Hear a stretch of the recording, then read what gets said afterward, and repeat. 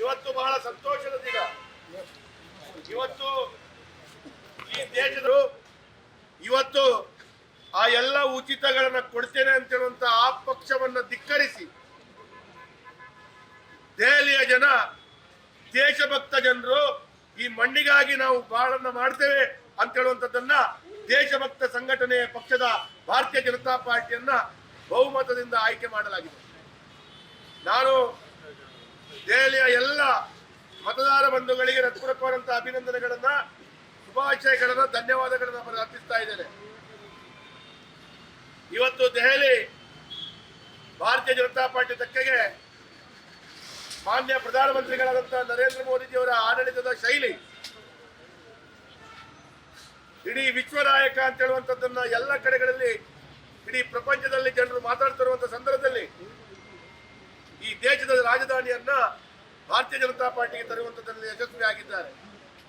ಭಾರತೀಯ ಜನತಾ ಪಾರ್ಟಿಯ ನಮ್ಮ ರಾಷ್ಟ್ರೀಯ ಅಧ್ಯಕ್ಷರಾಗಿರುವಂತಹ JP ನಡ್ಡಾ ಅವರು, ನಮ್ಮ ನಾಯಕರುಗಳಾಗಿರುವಂತಹ ಅಮಿತ್ ಶಾಜಿ ಅವರು ಮತ್ತು ದೆಹಲಿಯ ವಲಯದ ಎಲ್ಲ ನಾಯಕರುಗಳ ವಿಶೇಷವಾದಂತಹ ಪರಿಶ್ರಮ ಇವತ್ತು ಭಾರತೀಯ ಜನತಾ ಪಾರ್ಟಿ ಬಹಳ ದೊಡ್ಡ ರೀತಿಯಲ್ಲಿ ಅಭೂತಪೂರ್ವವಾದಂತಹ ಸಾಧನೆ ಗೆಲುವನ್ನ ಇವತ್ತು ನಾವು ಕಂಡಿದ್ದೇವೆ.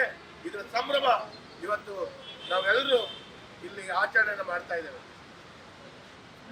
ಹಾಗಾಗಿ ಇವತ್ತು ಸ್ವಾತಂತ್ರ್ಯಕ್ಕಿಂತ ಮುಂಚಿನ ಪಕ್ಷ ಕಾಂಗ್ರೆಸ್ ಪಕ್ಷ ಅಂತೇಳಿ ಕಾಂಗ್ರೆಸ್ ನಾಯಕರು ಹೇಳಿಕೊಳ್ತಾ ಇದ್ದಾರೆ.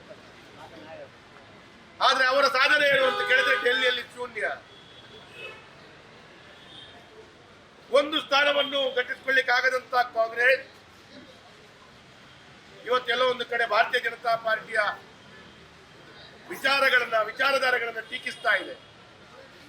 ಅದಕ್ಕಾಗಿ ಭಾರತೀಯ ಜನತಾ ಪಾರ್ಟಿಗೆ ನಿಮ್ಮೊಂದಿಗೆ ನಾವಿದ್ದೇವೆ ಅಂತ ಹೇಳೋದು ದೆಹಲಿಯ ಜನರು ಪೂರ್ಣ ಪ್ರಮಾಣದಲ್ಲಿ ಬಹುಮತವನ್ನು ಕೊಟ್ಟು ಭಾರತೀಯ ಜನತಾ ಪಾರ್ಟಿಗೆ ಅವಕಾಶವನ್ನು ಮಾಡಿಕೊಟ್ಟಿದ್ದಾರೆ. ಇವತ್ತು ಆ ದೆಹಲಿಯಲ್ಲಿ ಶೂನ್ಯ ಸಾಧನೆ ಮಾಡಿದಂತ ಕಾಂಗ್ರೆಸ್ ಮುಂದಿನ ಇನ್ನು ಕೆಲವಾರು ತಿಂಗಳ ನಂತರ ಕರ್ನಾಟಕದಲ್ಲಿ ಕೂಡ ಶೂನ್ಯ ಸಾಧನೆಯನ್ನ ಕಾಣ್ಲಿಕ್ಕೆ ನಾವು ಇದ್ದೇವೆ.